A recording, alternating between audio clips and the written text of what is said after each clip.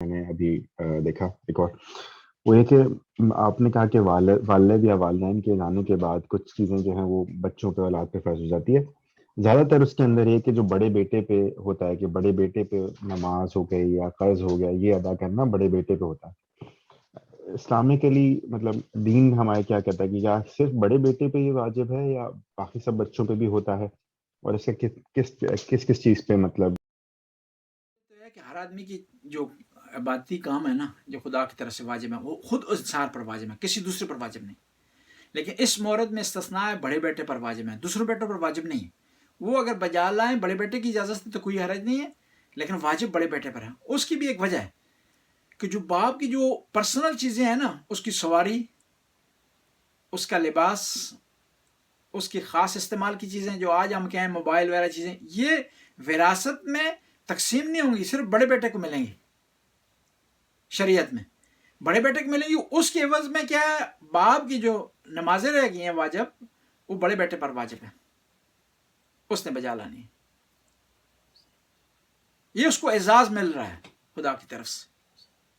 لیکن ممکن ہے بعض لوگ اسے بوجھ سمجھیں, بوجھ نہیں ہے, اعزاز ہے کہ خدا نے اسے شرف دیا ہے کہ بڑے بیٹے پر جو ہے واجب ہو. جزاک اللہ. جی باقی ہاں جی, اس طرح